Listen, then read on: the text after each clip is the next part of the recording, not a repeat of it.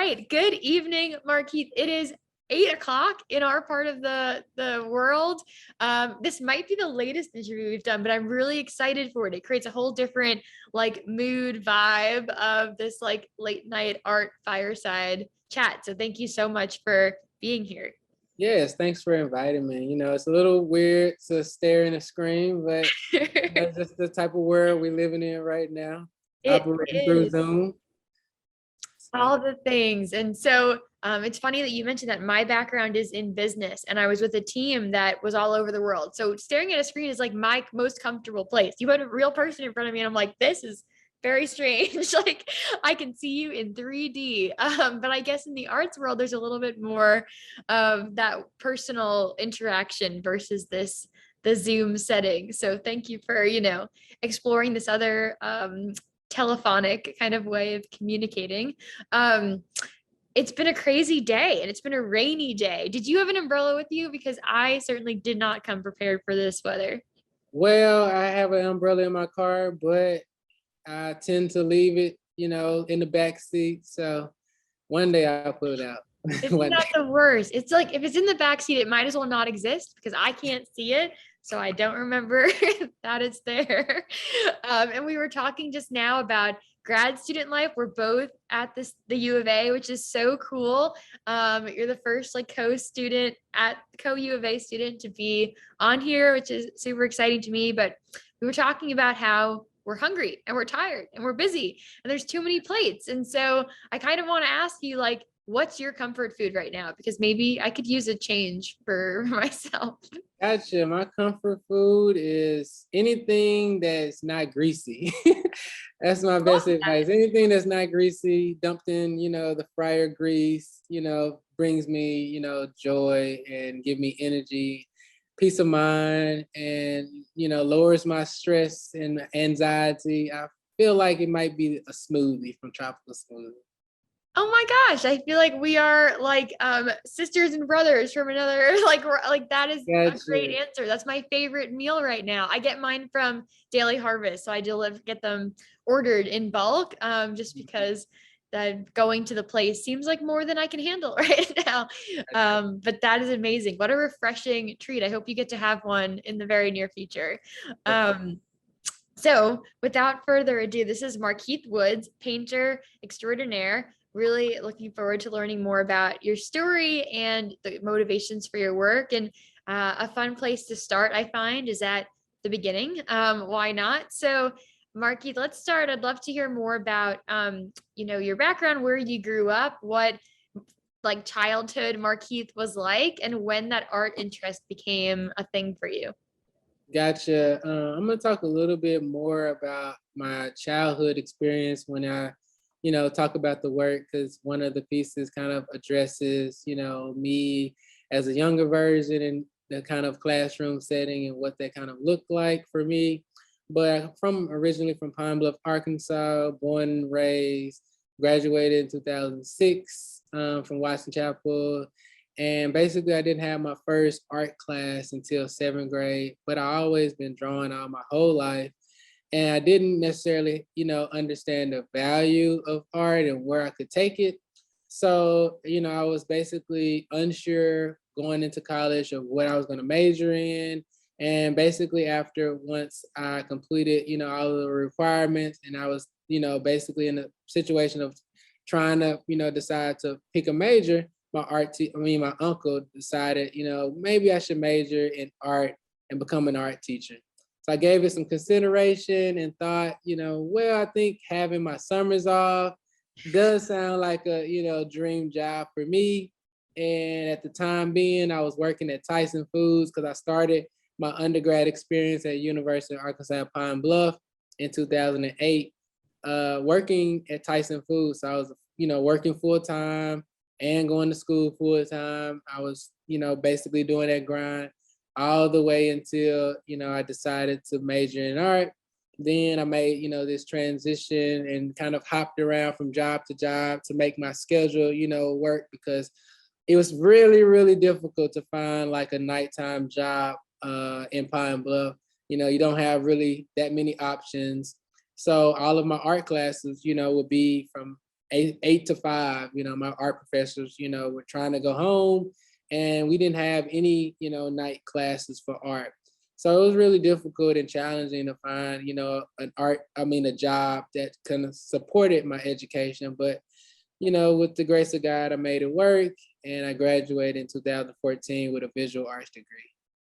Oh my gosh, what a cool journey. And I love that even though art came, seventh grade, there was no art class before then, but you were finding things to draw. And what was your muse at that time as a kid? Were you drawing a certain like subject matter? Basically anything that I saw inspired me. At that point, drawing was kind of the second, thing. It was kind of taking the back seat. I was always interested in, going to the NBA, like most, people or kids my age, inspiring to, become a professional basketball player. But that didn't happen, stopped kind of growing at, a certain age and couldn't get past 5'9". So I decided to, have art as a backup plan. So I was So just got a little drawing, further than anything. me. Yeah, yeah. Uh, I loved basketball. I was the center, believe it or not. I'm only 5'4". Really? Third grade, I was 5'4". Like I was born very tall at that time, and then I stopped forever. So you made it further. You got to 5'9". I would give you congratulations. I would. So that's really cool. And you had mentioned, I feel like we talked about your art teacher being someone that you really admired. Is that true? Am I making that up? Your first art teacher? You can kind of say that, she was definitely a great teacher, but at the same time, really didn't have, too much experience to measure up against, something better. Yeah. But I feel like, she definitely did, her part, and I won a couple competitions, in her class. So that was definitely great. But at the same time, it was like, okay, after competition, how is this gonna benefit me again? Where's the long time girl go? And the artist that she introduced me to, which we as a class watched the movie on Vincent Van Gogh. And that did not sit well with me, because learning about, this artist that dealing with all this trauma, getting his ear cut off and not selling any artwork, I was like, okay, I definitely don't want to be no artist. Right. That's a very challenging example to give and then not have any context or other reference points. Oh my Right. gosh. How did you process that? So this is in seventh grade. You saw this documentary of Vincent Van Gogh and Yeah, it you was a got it was a this. movie. It was a movie. We watched it as a class movie. Oh my gosh. And do you still have the same kind of like negative relationship with the Vincent Van Gogh? Well, at that time, I gravitated towards, his art. He's still one of my favorite artists, Yeah. believe it or not. But, just the process of what, being an artist looked like for him, still sticks with me. So it's like, a negative vibe, a negative, history of what an artist, life looks like, but also gravitating towards the type of art that he made. I really, gravitate towards his mark making and his color choices. So I still, inspire to like some of his artwork. Yeah. So one of the things I think is fun about these interviews, maybe you'll find it annoying, is like I don't know anything about art, right? So I love to hammer in on these different words that people say that maybe are like industry terminology. So you talked about his mark making and his colors, and like I know what a color is, but mark making, like what's this? And what about his style is really continues to resonate with you? Yeah, his style is impressionism. So, it's basically in between the borderlines of knowing what it is, and then also, on the borderline of realism. So you kind of like have an impression and an understanding of what, is being painted, but it has, these like stylistic, details that make make the painting that much more interesting through the way that, he's kind of describing the information, and his brush marks, they're like visible. He's not trying to hide the brush marks. You're, looking, for what the brush mark is, and having this level of control to understand, what these forms are, communicating on the canvas. So cool and awesome how our brains, even though it doesn't look exactly like the real thing, like we know what it is. And yeah, he does do that really masterfully. Is there a piece by Van Gogh that is your favorite? Oh. Trick question or like surprise. I didn't mean to, but I'm just kind of curious. That's hard. I would say maybe his self-portrait. He did a lot of he did several different self-portraits, but the one I'm thinking about is like one with, I think, like the teal colors and the light blues and the greens. I want to say is probably one of my favorite. He has a lot of choices, but I would say that one for now. That's so cool. I don't know. Have you done any self-portraits? I feel like I've seen a lot of your paintings of people, but I don't know if any of them are of you. Are they? I have done a self-portrait in the past, which, they say you should do, self-portrait of yourself every now and then. So in the upcoming semester, I'm going to do another portrait of myself. All right, so stay tuned, folks. Markeith's self-portrait part 2 or version 3, whatever, is coming soon. I love this though as a segue to talk more about, your style and the different tools that you use. Like I've heard like, or I read you use charcoal and graphite and acrylic, and like how did those all become your mechanisms to do your art? Well, it's just starting with what you feel most comfortable with. I started with a pencil. Then, I met this guy named Roger Carroll, which he was an airbrush artist at the time being. And I think, in the 7th grade or 8th grade or so. And I got introduced to charcoal and kind of, gravitated towards how, dark I can make the marks and how, basically contrasting the values would be, on a piece of paper. So kind of, always kind of stuck with, basically drawing with charcoal and then, kind of branching out into other mediums. And now, basically use oil painting, oil as my primary medium because I was originally, drawn to acrylic, but then I always knew that I wanted to make this transition to oil paint, but I didn't have the time nor the finances to, purchase oil paint because it's more expensive and also it takes longer to dry than acrylic. So when I got to grad school, I had the, opportunity to make that transition. That's so cool. So, I imagine it must be really interesting. Like, I'm in school for social work, and I was even talking to my mom today. Like, my worldview is so different now versus like a year ago, when I started. Since being in grad school, and just throughout the course of your education, have you seen ways that it's changing your art? Your focal areas, or how you do it? Anything like that? Yes, definitely. Before I got to grad school, I taught art K through 4 for 2 years before coming here. And I knew that I was going to probably, become an art teacher or art professor. So that was basically my primary goal for coming to grad school.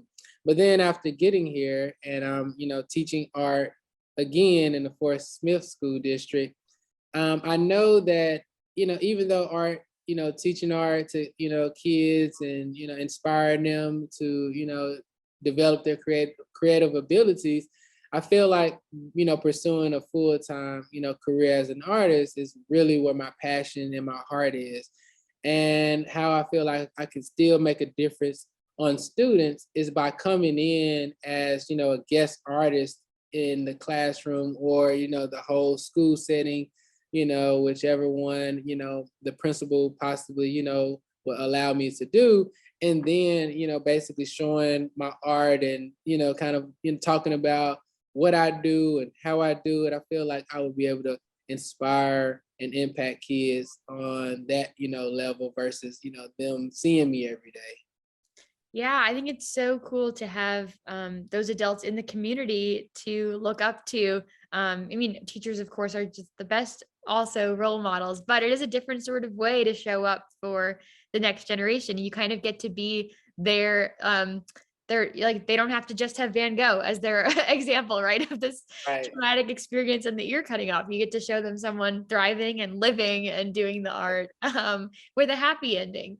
So that is all very cool to be working towards. I would love to, and I will pull up some of your work so we can speak more specifically about their Gotcha. stories. So I don't know if they're in a particular order or correct order chronologically, but we'll find out. Okay. Kicked Out is the first one. So I'd love to hear more about, if you would, the story behind this piece, where you were at when you were making it, all that.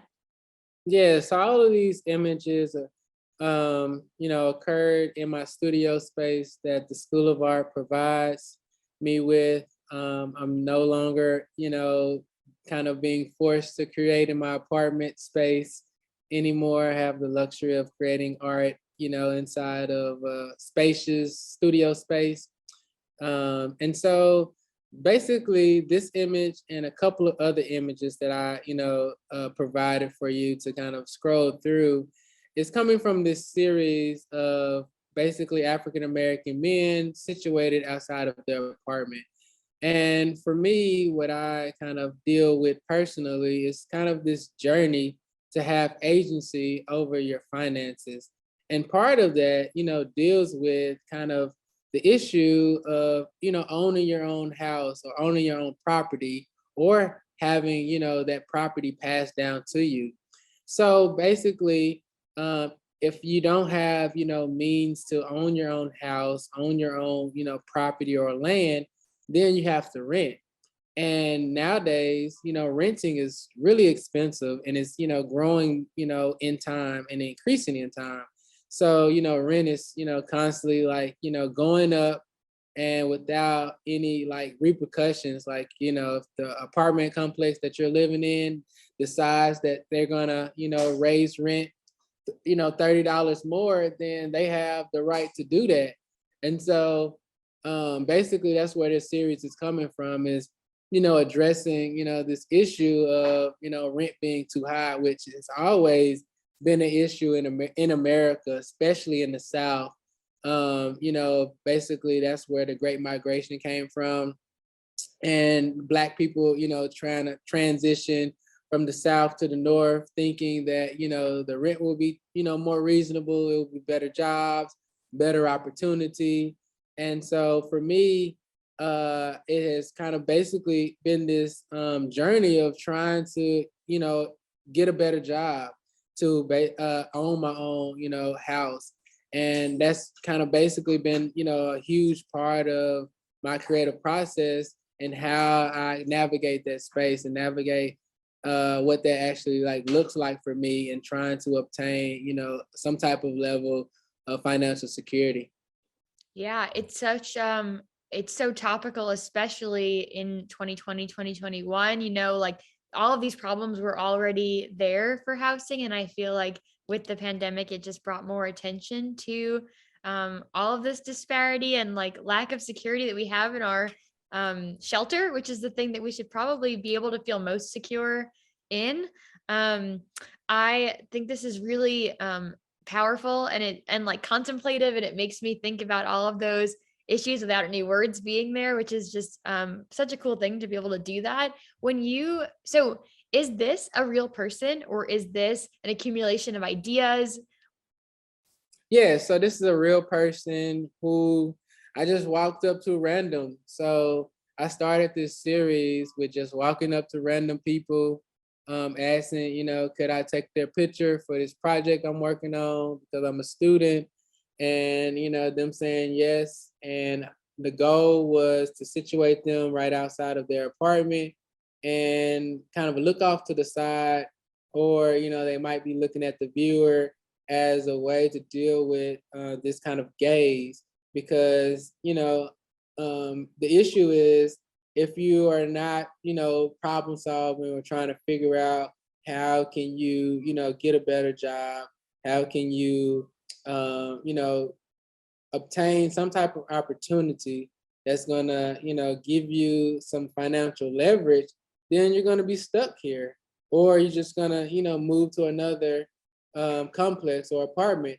which doesn't address the issue of, owning your own home to be able to, borrow off of the equity, off of the home that you're purchasing, and that's how, people send their kids off to college is borrowing off of their home interest. And so, I feel like that's, a personal statement to myself because I'm, still trying to navigate that space and what that looks like. Yeah. That's so cool and brave that you just walked up to these people. In my thesis, I have to similarly like interview people, and it's hard to, I don't know, maybe it's easy for you. For me, it's really hard to just walk up to a random person, especially like for you, you had to ask for their photo. Like I have to tell them, I promise I'm not even going to ask your name, but like, can you answer my question? Gotcha. So that's really, really cool and slightly intimidating work. So based on what you're saying, in your vision, are these people sitting out there and thinking about how they're going to get to their next step? Or is it maybe more of a blank canvas? Like, what are the feelings for you when you look at this or as you made it? Yes. So what I wanted to do is put my own like contemplation inside of, their, because I'm the artist that's making it. So if I'm basically putting myself in their shoes, which I'm, kind of, am in their shoes, basically, it's me trying to figure out like what is the plan of attack, like what's the decision that needs to happen, and I'm, thinking about that decision and what needs to happen and what's going to go, what all is going to go into that decision in order to change, the circumstances. Yeah, that's so cool. Would you say then that it's like, is it like it's optimistic or it's like just like it's open to whatever the future brings? It's like an active kind of stance. Are any of those things? Um, It's not an optimistic approach. It's more of an agency, having this agency and urgency, like this needs to happen. This needs to Words, be yes. addressed, and it needs to happen, one way or another, because the future, is going to eventually come, and you have to, prepare for it. You have to plan for it in order for it to, go a certain way. So it's with that kind of level of thought. Those are such great word. Agency and urgency always go together.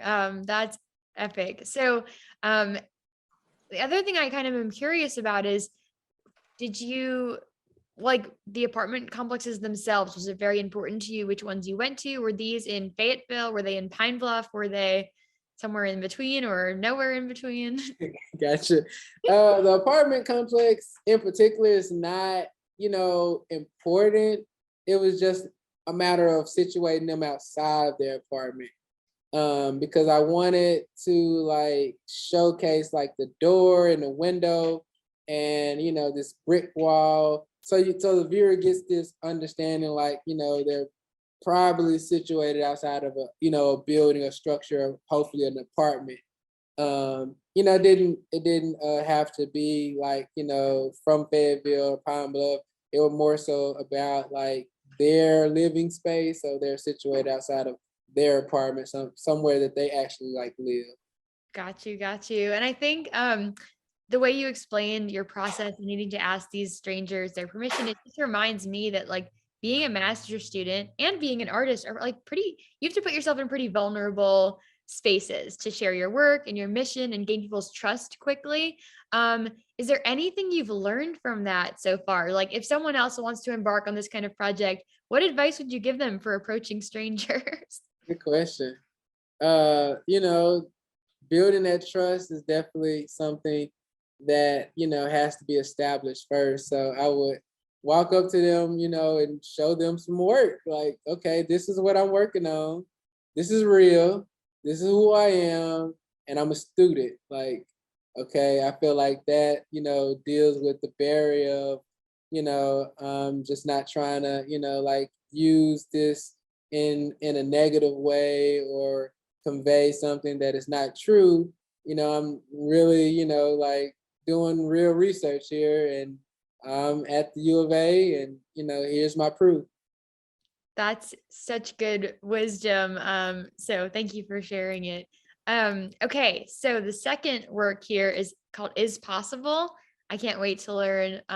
Is this the same series, same any like thing different about how this one came about?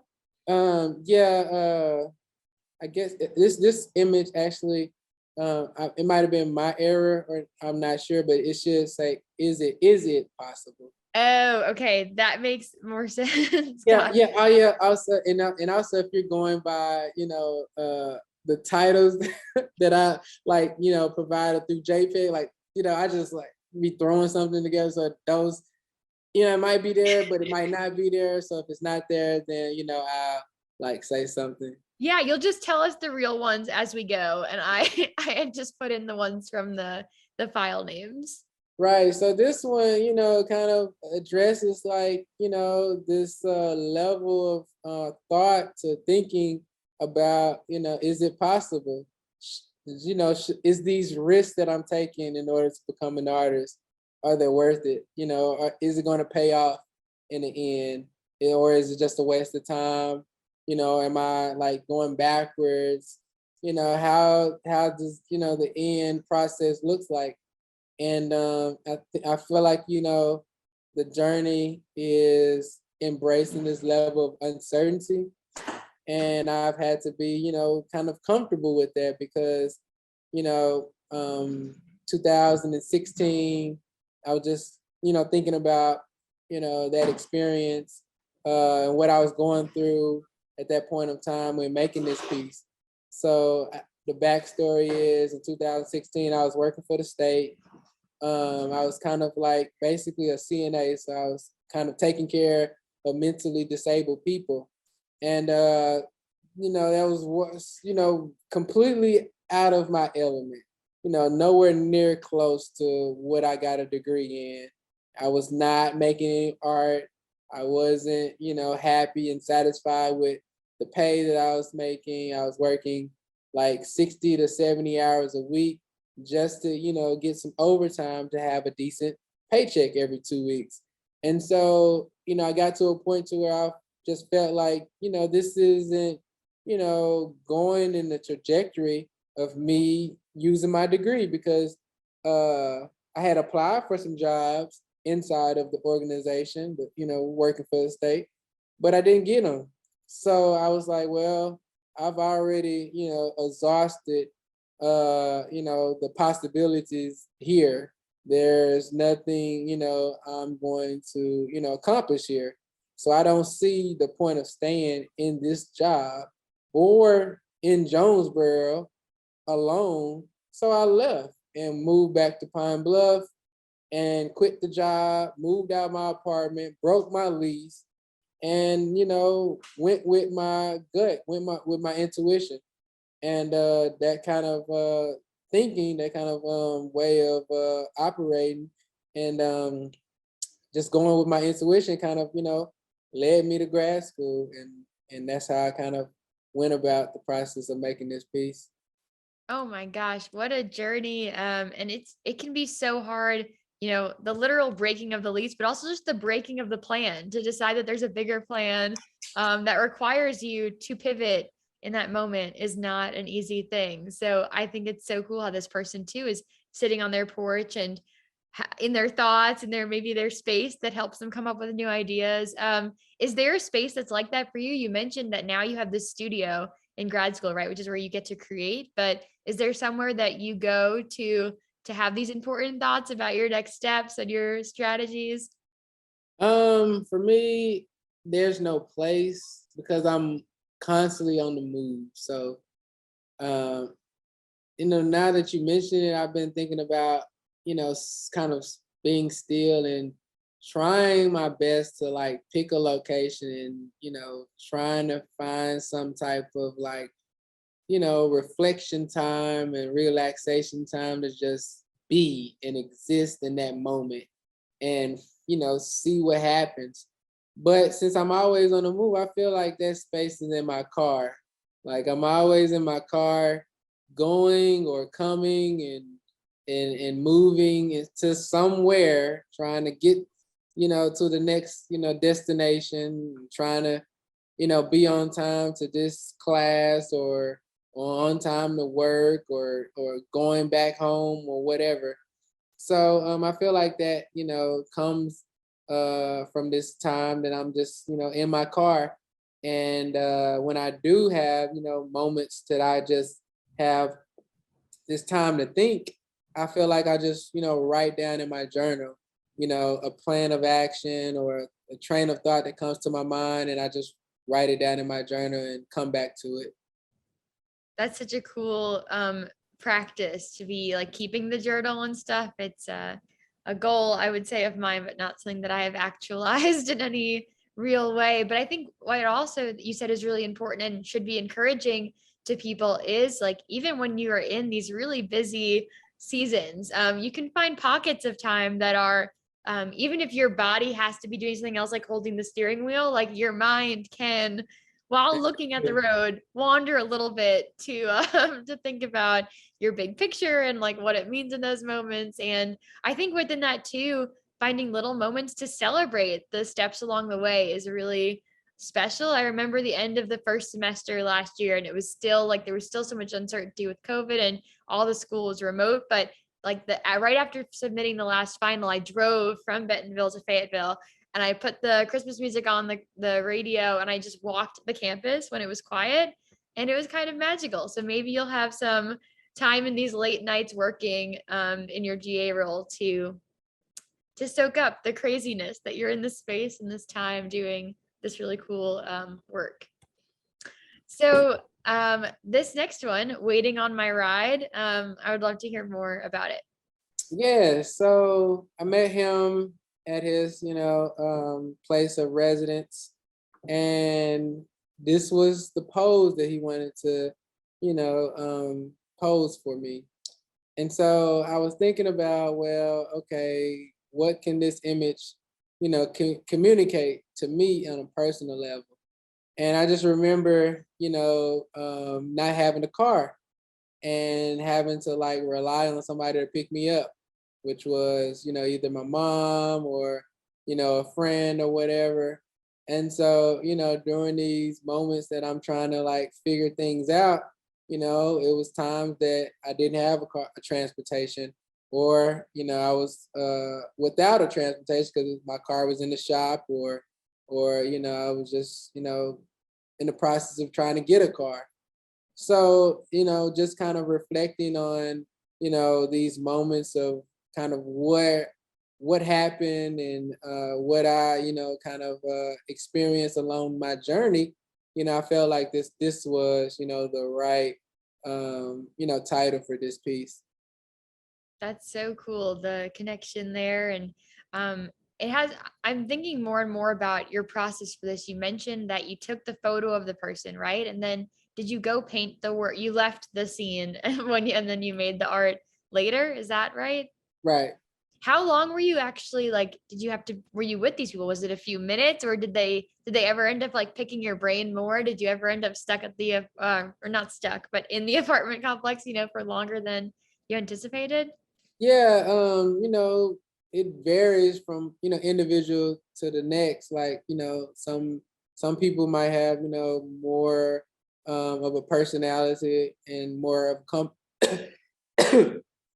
more of a comfortability of them, kind of expressing themselves or communicating and kind of having, dialogue and conversations about, the project and getting to know me more and thinking like, they're really, excited about what the work that, I'm doing is about and how I'm going about doing it. And, a lot of people I've, noticed that, for me to kind of ask to paint a picture of them, they feel, really, celebrated. They feel like, really proud to, be included in a project like that, that somebody will, take out time out of their busy day, that they don't even know that they were just asked to take a picture that they're going to actually, paint. So they see value in that. So the conversations and the time that I'm at, each person's kind of living space varies. I love though that it's more than putting the paint to the paper, even though that's a big part of the thing. There's also all of this human interaction and going out into the world. And is there a favorite part of this creative process for you? Favorite part. Seeing the end. In the end, right? Because the In thing's the done. end. In the final, piece on the wall. That's the, satisfying factor for me is like seeing an idea manifest, into a physical object. Yeah. And so the other piece, what year is this happening in that you made this Waiting on My Ride one? This was last semester, so 2021. Oh, okay. So pretty recently. Very cool. That's awesome. Okay. Every day it's something. Is that the right title? Yes, every day is something. Yes, so this piece, came about just thinking about, normally when I, approach somebody and ask them to take a picture, I take, at least the range of at least 50 to 100 different photographs. And I'm not necessarily sure which image, I'm going to go with, not necessarily have a clear idea of the pose or the idea like composition, but I just know, okay, I want the viewer to be sitting in a chair outside of their apartment complex. And so as I'm working on the image, then I start, going through, first I go through the images, and then I, kind of make a selection, narrow it down to possibly, the best 5 images. And then I, kind of ask myself, like, okay, what does each image, communicate? Like, what am I trying to say based off of the pose, the gesture, what the image kind of described to me a little bit about their personality, and kind of piecing those elements together into, I feel like, the best image that gets the train of thought of what I was thinking about when I actually took the photograph of the person. So then from there, I sit down and start painting, and then start making choices, when I'm actually in the process of making it. It's so cool. I love that this one is, the other ones, I imagine that the guy was wearing the red sneakers and that the stairs were brown, but here the floor is yellow and the windows red. And it's a little bit more, I don't know if abstract is the right word, but it's like not, it's like a little bit, it veers less or away from reality a little bit, right? To be a little bit more of its own thing. Like is there any thinking behind like the colors that you use there? Yes, I'm still experimenting with underpainting in the process of me making. And so the first layer was basically a bright, like pinkish reddish color. And I wanted to have, layers of that kind of still seeping through the end result of the painting, as a way to like, communicate a level of like, this is like a person that's kind of stuck in this environment based off of the colors. Because like, you have a lot of these reds, happening in the actual painting, and then the grass has the, bright red, pinkish color happening. So it's like this dominant color happening throughout the colors that I'm using. And I wanted that to communicate, on the figure, because on the figure as well. And so, you're kind of visually going throughout the actual painting, you're starting to pick up on this red happening. It's like a dominant color, that's kind of in a way like overtaking the painting. So I want the viewer to like feel that, sensation of the red and the bright, pinkish. Yeah, that's it's so cool. Colors are there's just so much power in them, so much storytelling. So to see how you think about them and use them, I appreciate you sharing it. Um, so you mentioned, in the last picture it was like Waiting on My Ride, and there was a story for you that was tied to it, or just like a time of life that was tied to it. Every day is something. Um, seems like it would be a time of life that's really hard. That feels like, when am I going to get a break? Like, when is this gonna when is it going to be easier? When am I going to stop and smell the roses? So I'm wondering if, I mean, was there a season where you felt like that, and what has helped you to, when you're in those times of like, oh my gosh, it's ever going to get easier, like what keeps you moving, keeps you motivated and excited? Uh, Basically my faith. Um, my grandmother, she's a Christian, and she kind of, as far as I remember, have always been teaching Sunday school. And I just remember when I was in undergrad, she caught cancer. She caught colon cancer. And I just, was thinking back on that time, and, kind of remembering or contemplating, like, I might lose my grandmother, one of the main supporters of my education and me, pursuing a career in art. And I was just thinking to myself, like, man, why would somebody, as sweet as my grandmother be going through, this, hard situation? And I just remember going to church and the pastor, kind of preaching this message about faith and how you could use your faith in order to like encourage somebody else.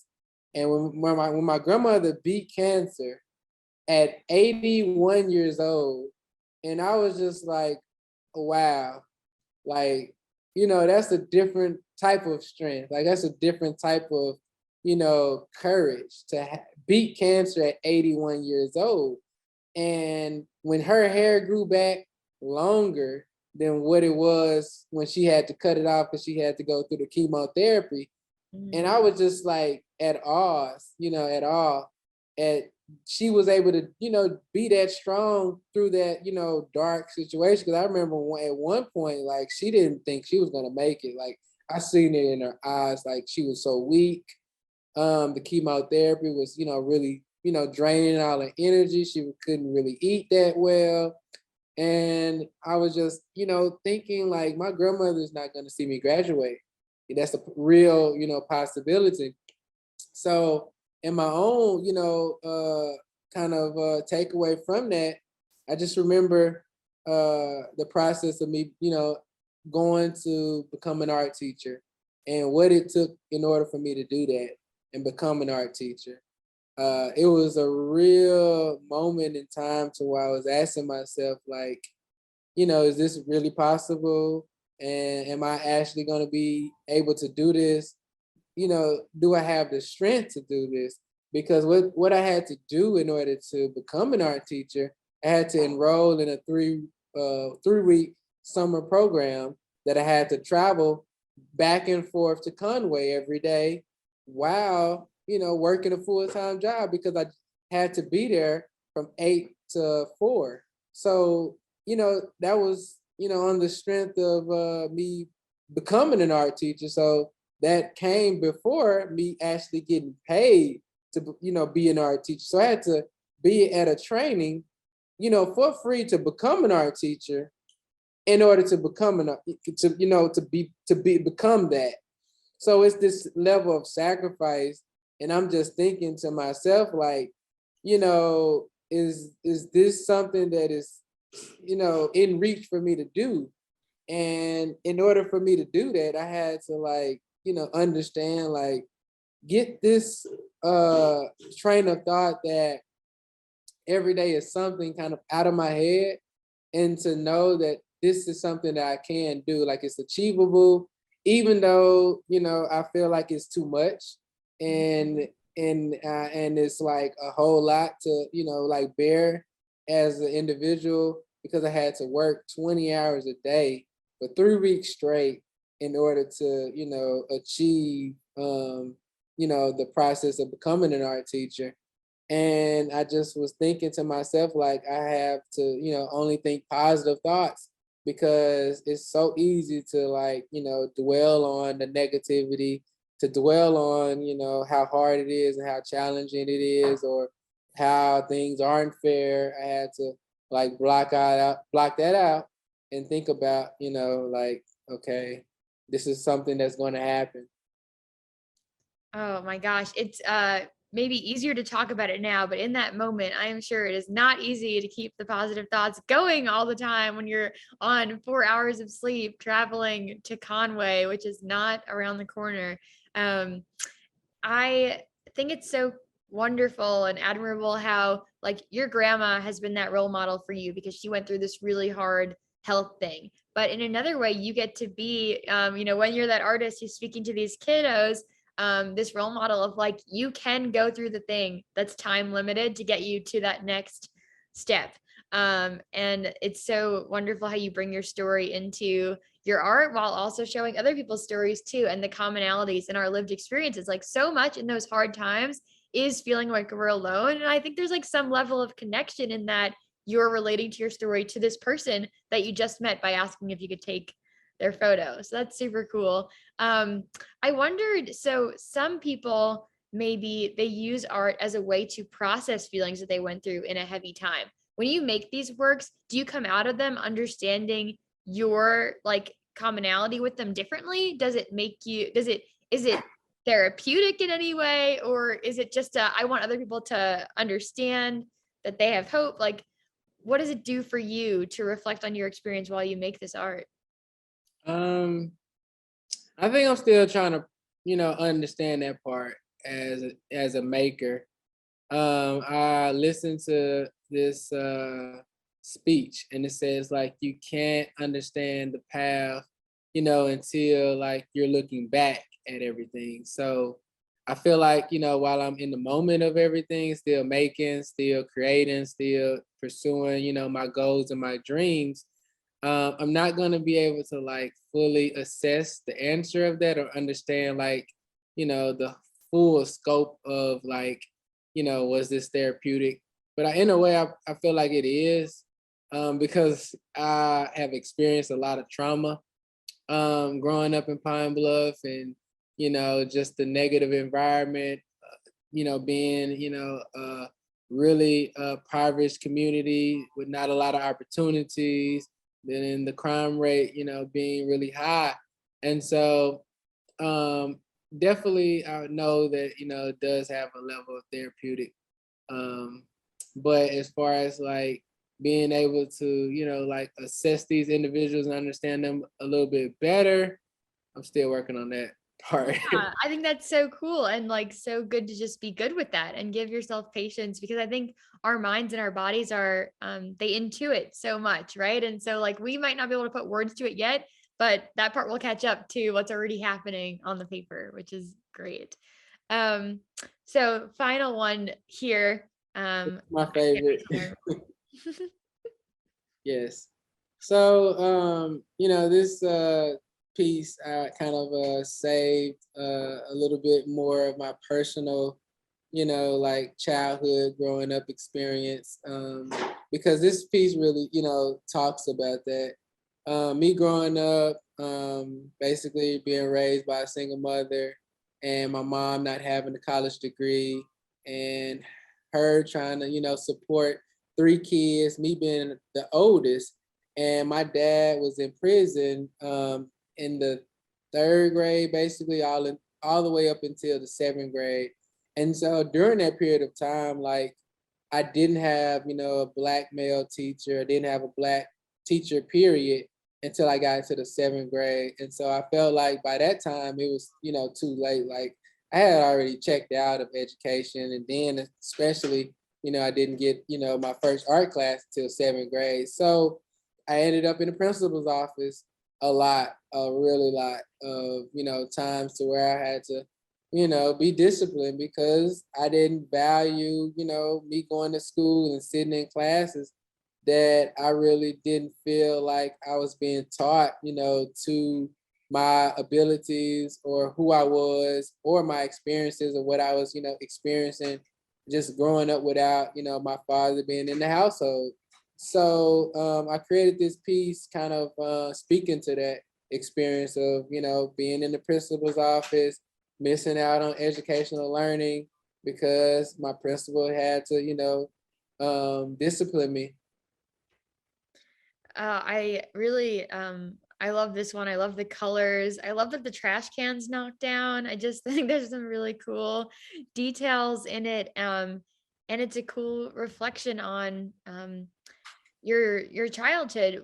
So it sounds like you said when you were in school, when you were growing up, you had checked out. You described it like that, right? Right. You're like the furthest from checked out right now of anyone I've ever known. Like, when did that happen overnight? One night, was there some fairy dust? Like, grandma gave a good speech? Like, what? When did that happen? Well, I came to the realization, I always wanted to go to college. Like that was, something that I, inspired to do. My auntie was an educator. She still is an educator. She's a counselor, and exposure is everything. So my mom, blessed me to kind of, go spend the summers with my auntie sometimes. And, she stayed in Atlanta, Georgia. So I just remember, having the privilege and the opportunity to get outside of Pine Bluff and see something more than just what my environment, kind of taught me or shown me. So kind of basically like I already was inspiring. I was, always, inspiring to like go to college, but not in a position to like, operate in to the capacity or, on the level of what college really, requires. And so it was a level of ignorance that I, was kind of moving in because, I was not the smartest student. I did have a scholarship. And all I knew was I needed to get out of Pine Bluff. Like I needed to get away from this, environment. It doesn't have anything really to offer me, especially as an artist. So kind of basically from there and that kind of, realization, I, enrolled into University of Arkansas Pine Bluff with this like understanding that, like I got through high school, I could get through college. Well, I kind of got woke up and I made an F in art in my 3D design class. And then I had to repeat a sculpture out of clay. So having to like, move through these classes with a level of uncertainty or skill that I didn't have, like, I wasn't the best drawer, I wasn't the best painter, again, like I didn't have a lot of like training prior to college. So landing in these art classes, like I was at a disadvantage, like vocabulary wise, training skill wise, knowledge wise, like the whole 9 yards. So I had to work really hard to stay in that field, like to stay, in the arts. Or, I was just gonna continue to work at Tyson, like, I said previously, like I was still working at Tyson, going to school for a time. So it was like this understanding that, either I'm gonna put my, whole self into art, or either the only other option is I'm just gonna be, working at Tyson, which I hated with a passion. The pay wasn't, what it needed to be. The work was too hard. I had to work 3 weeks straight one time, at Tyson Foods, and didn't enjoy none of that process. So in order to like get a better life, in order to like get out of working at Tyson, not making, what I wanted to make, and then having this level of like financial stability for myself as being the goal, I know like Tyson wasn't the end goal for me. So my art teacher kind of set me down after I made my F and was like, if you want to, like get through this class and you want to, pursue this career in art, like you got to push yourself. And at that moment, I was just thinking to myself, like, what does that really mean? Like, I thought I was pushing myself, like I'm here, right? Like I'm in school, trying, I'm working, but what does, pushing yourself like means other than what I'm doing now? Like, what does that, like look like for me personally? So for me, it was like accepting this like level of work ethic that I'm coming from a place like again of disadvantage based off my experience and my exposure. So I'm gonna have to work harder. And also because I wasn't, like wealthy or coming from a place of privilege. So I gotta work harder.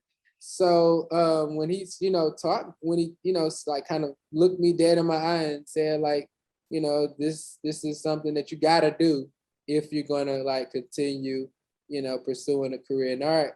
And at that moment, it kind of like registered. But with anything, change takes time. Like it doesn't happen overnight. So it took a level of commitment over time, and having to like readjust my mindset, readjust my thinking, and exposing myself and kind of redeveloping my mind in a new way, and kind of leaving this like the mentality that I had kind of in the past. What an amazing we call it sometimes like a paradigm shift or like like just a Yep. That's what transformation, it is. which is never comfortable and hard to go through. But it's one of the things I love in these conversations is that they're about art, but this art becomes a way to talk about being human and going through change to get to the things that we want. And so I feel like anyone who gets to listen to your story will hear those really cool strengths that they too can pursue, and in finding like that teacher too. I don't know if they ended up being like a mentor or anything, but they gave you this kind of reality check in that moment of like, yes, I am working hard, but apparently like in this system, like that's not working. Like I need to work hard in a different way or work smart in a different way. So that's really cool. And I do want to ask, just before we leave this photo, like I know that you thought about your childhood in it, but like, is this kid you? Is that principal a real person, or were there reasons that you made them look the way that they look? Yes, this is a real principle. Okay. I reached out to several different principals, and I wanted to like have, like a real principal space. So that's a real, space coming from his, office. Excuse me. And I reached out to him as a principal in the North Little Rock area, uh, kind of district, and he's the third principal in 3 years. So, with knowing that information, I felt like he was definitely the character for the role, and trying to like figure out a way to deal with this student sitting on his desk, right? And so the child is a real boy, which I just kind of pulled the images, the image kind of from a source, and kind of basically put it together. That's so cool. I love that it's a principal too, actually, and not a teacher. I think, in social work, we think a lot about the systems in which someone operates. So there's this micro level where it's the person in front of you, but the principal may be differently than the teacher, although the teacher has to also, like, is also thinking about the community around them, right? And that principal, like you said, the third one in 3 years, like, they have to think about the repercussions of each action with each child on the broader system of parents' trust in the school, like funding, like all, there's one kid in front of them with one heart and dream and challenge, but it has ripple effects that that principal has to think about too. And so I love how all of that gets to be part of the discussion here. And I love that it's a real person. There's a sort of casting that happened for the work. So that's all super cool. Um, so I wanted to touch a little bit on your teaching specifically. I think something that I reflect on a lot for what I imagine art teaching is like is that you're not teaching students how to make your pieces, but you're teaching them how to come into their own as artists. I wanted to know what that's like for you. What are you teaching? And like, what are your goals in your classes? Gotcha. I'm teaching art to K through fifth, and I'm not trying to teach them how to paint or draw like me, not even close. Because like art is so much more, especially at that level. I just want them to grasp the basic elements or the core like essential values that you can kind of abstract from, being in an art class.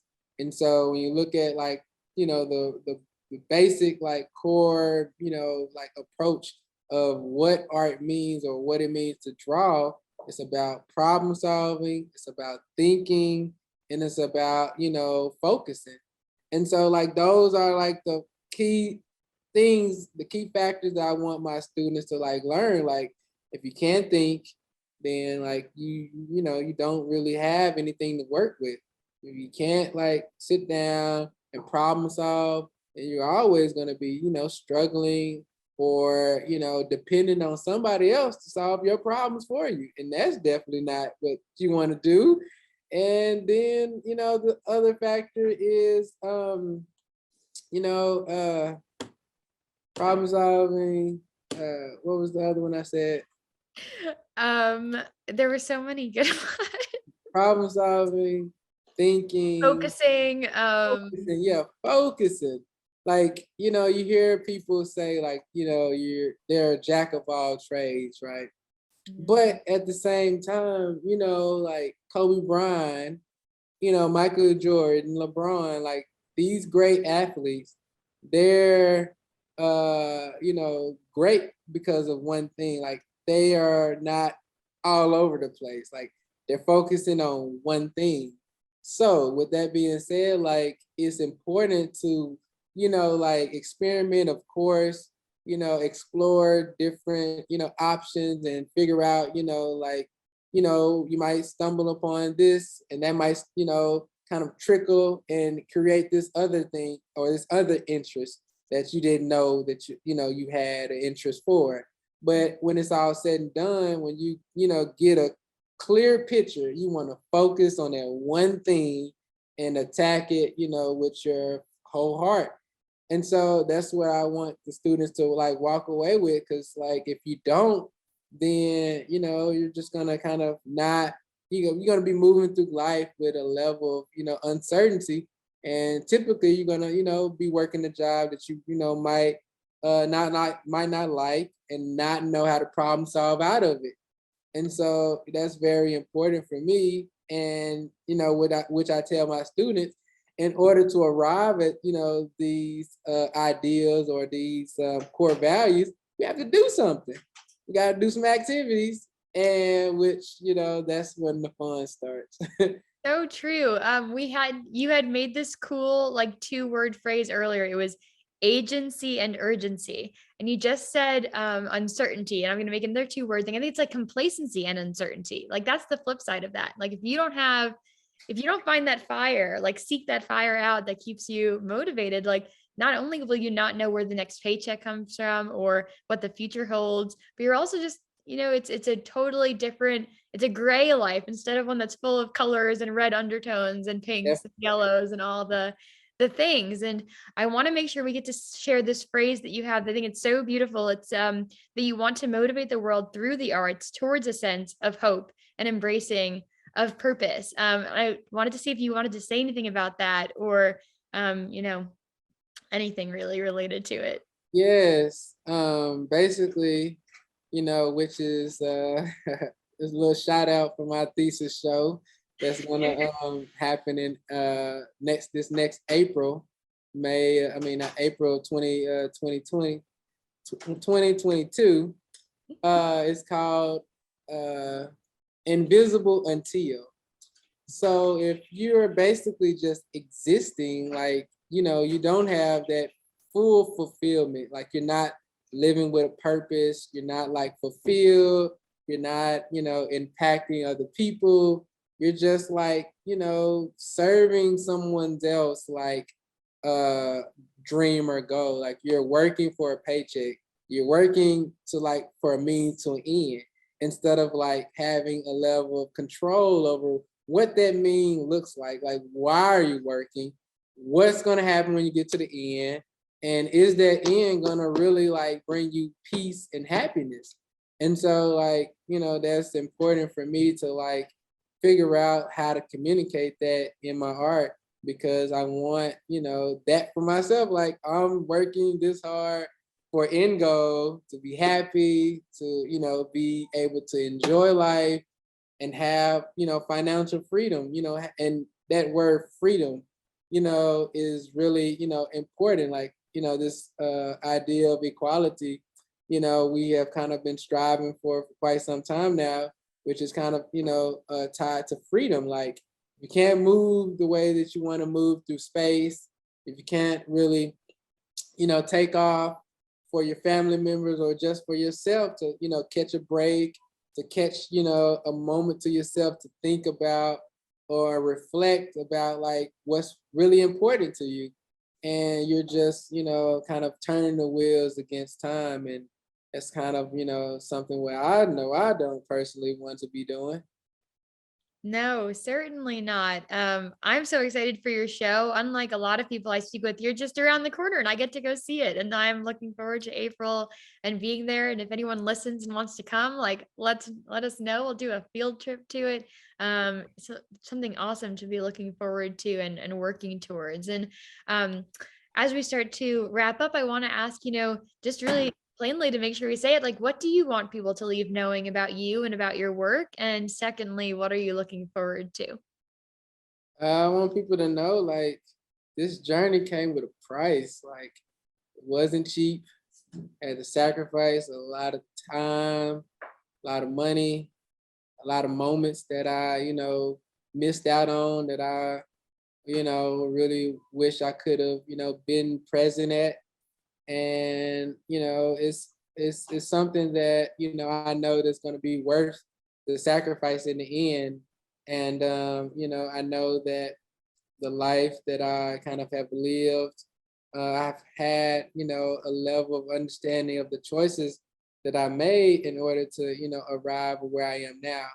And without those choices, then I still, be working at Tyson, without any fulfillment, without, any purpose, just existing. And so that's what I want people to like understand. We're walking away with looking at my art is that I am where I am because of the choices I've made, the level of hard work that I've had to, like execute, and deadlines have been really crucial in order to like get here. Just a little small story. Just, looking back on the process of me applying for grad school, like I was working as an art teacher and I was working for Bike Squad. So I was working two jobs. I was getting ready for, I think, New York. I had an art show in New York, a group show. So like I was, all over the place. And the deadline to submit my application to come to grad school was like approaching. And like with every deadline, mostly I've come down to the wire. Like it has been the day of, the minute before the deadline, the time runs out, I'm struggling, and racing trying to meet that, time before, the opportunity or the window of opportunity like closes. And so like I want people to know, like, if you are like, for me, I know for sure, like every opportunity that I, have benefited from and gotten, like it came with a small window that I had to function within, and it took a lot of hard work to, like walk through that door.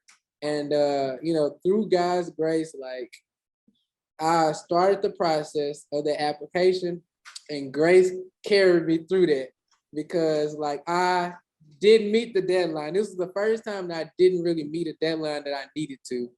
And it gave me another 24 hours. And so with giving me another 24 hours, I had it like mostly everything submitted on Slide Room. And so because of that grace period, I was able to get into the School of Art. Without it, I wouldn't be here. That is so cool. I think God works in really amazing ways. And I truly believe that when we are stepping into what he's calling us to, that even when we do our best to show up and we like fall short of something, like he does, I think, make space and he makes 24 hours. I feel like I've had so many things where I'm like, I'm supposed to have a test tomorrow and I'm so not prepared. But I'm really trying to be here every day and be this student thing. And all of a sudden the test is next week. And I'm like, there's no reason this should be happening, but he is letting us know that we're supported and we're not alone. And he's going to get us through this because he wants us to get through it. So I think that's so beautiful. And I'm so glad that you shared it. What are you looking forward to? I am looking forward to my thesis show. Your thesis show and maybe dinner because it's Dinner. I haven't eaten since 12. good grief. Get this guy a smoothie. 12 o'clock, haven't eaten anything. Oh my gosh. Well, I will let you go to get something, I hope. It's been such a privilege for me to get to know your story and to speak with you. Thank you so much for taking the time. Markeith, I can't wait to show my part of the world what you're doing. Gotcha. Thank you so much for interviewing me. I feel like, I've learned so much, not only about you and the work that you're doing and myself as, being interviewed. And, I feel like I, walked away a step, better in, understanding me. Amen. Like that's awesome.